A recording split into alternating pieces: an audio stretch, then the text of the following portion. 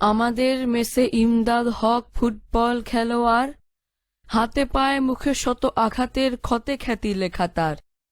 সন্ধ্যাবেলায় দেখিবে তাহারে পটি বাঁধি পায়ে হাতে, মালিশ মাখিছে প্রতি গিঁটে গিঁটে কাত হয়ে বিছানাতে। মেসের চাকর হয় লবে যান সেঁক দিতে ভাঙা হাড়ে, সারা রাত শুধু ছটফট করে কেঁদে কেঁদে ডাক ছাড়ে।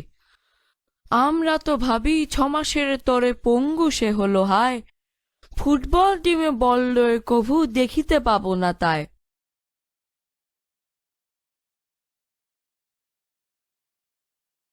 1. যুক্তবর্ণগুলো চিনে নি। যুক্তবর্ণ দিয়ে তৈরি করা নতুন শব্দ পড়ি।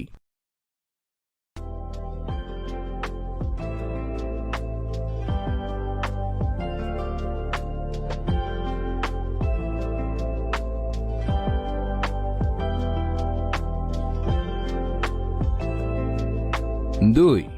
শব্দগুলো পাঠ থেকে খুঁজে বের করি, অর্থ বলি।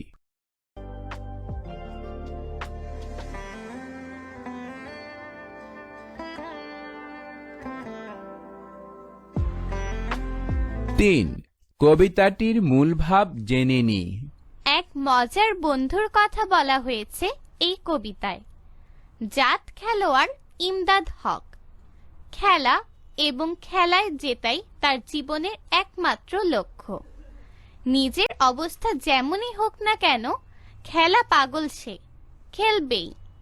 খেলতে গিয়ে ইমদাদ কত শত আঘাত পায়, তবু সেসব কষ্টকে পরোয়া না করে সে খেলে এবং তার জন্যই খেলায় জিত আসে।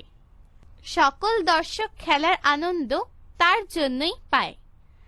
এই কবিতায় খেলার ছলে একটি আদর্শকে তুলে ধরা হয়েছে, তা হলো নিজের যতটুকু যোগ্যতা তার সবটুকু দিয়ে মানুষ যদি একান্তভাবে কিছু করে, তবে অন্য সকলের জন্য সে বড় কিছু করতে পারে।